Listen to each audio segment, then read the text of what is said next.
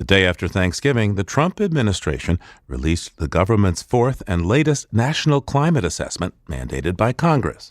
It was the result of a deep dive into the impacts of climate disruption on the U.S., ranging from public health, the land, and infrastructure.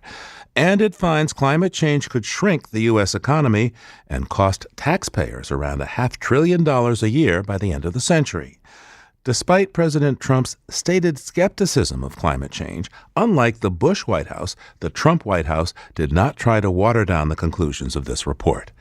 Harvard professor John Holdren was the chief science advisor to President Obama and oversaw the work behind the fourth climate assessment until President Trump came into office. This was a report in which 13 federal government agencies participated, all of the members of the U.S. Global Change Research Program, which was created by Congress in 1990 and has existed and functioned effectively ever since. All 13 agencies contributed to this report with their top experts on climate change and its impacts. Many senior outside experts were also engaged. The thing was reviewed by the National Academy of Sciences. It was reviewed by all 13 agencies that participated. And in none of those agency reviews were any changes requested. And again, I think that was a very conscious decision, and it's to be admired that they elected not to try to change the content.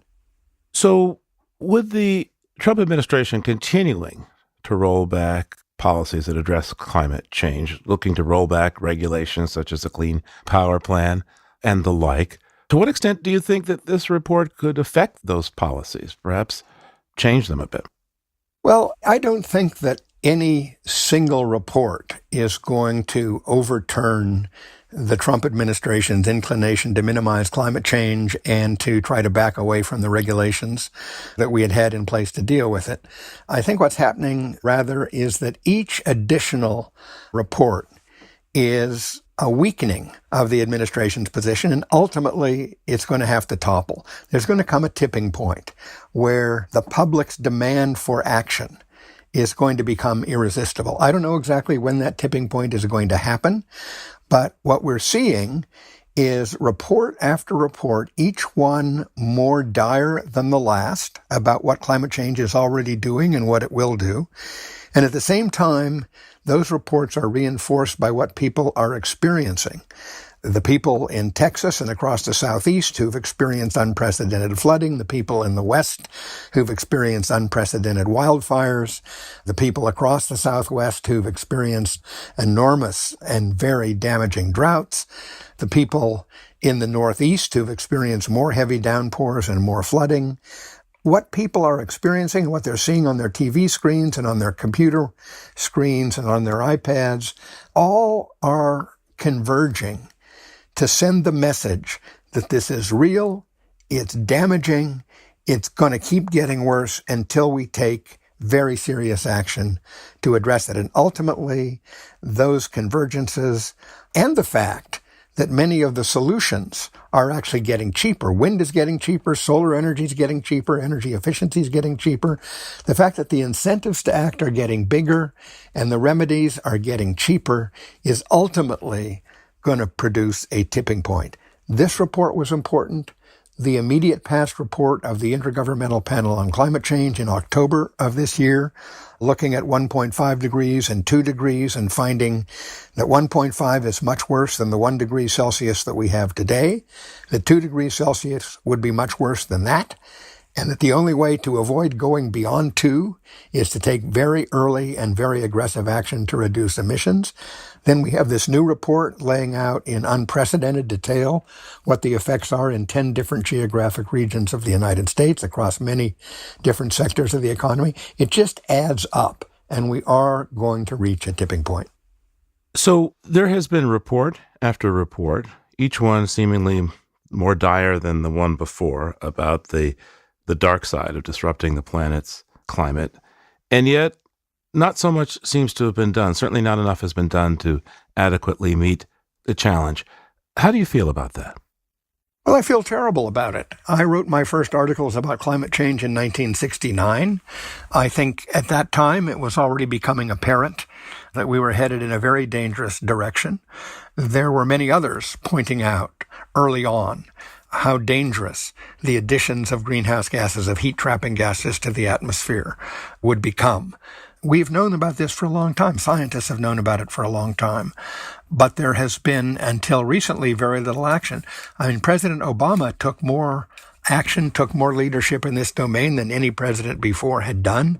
And now, unfortunately, President Trump is doing his best to unravel, to roll back everything that President Obama put in place. Everything he put in place about emissions reductions, everything he put in place about adaptation, preparedness, and resilience, Trump is trying to reverse. And we are losing time that we cannot afford to lose. This is really inexcusable, what the Trump administration is doing. When the Paris agreements were reached in 2015, many people asked me, aren't you overjoyed that the Paris agreements were so comprehensive and that 195 countries participated and agreed to their own contributions to reduce emissions? And I said, yes, I'm very, very happy.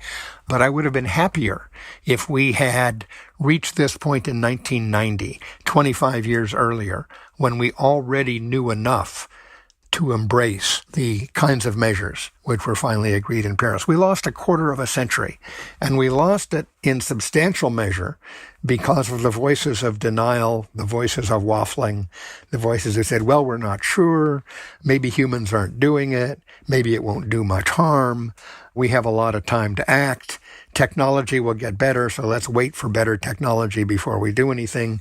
All of those voices together cost us 25 years, and we can't make it up. We're now so far down the track toward truly disastrous climate change that it's going to take Herculean efforts to avoid catastrophe.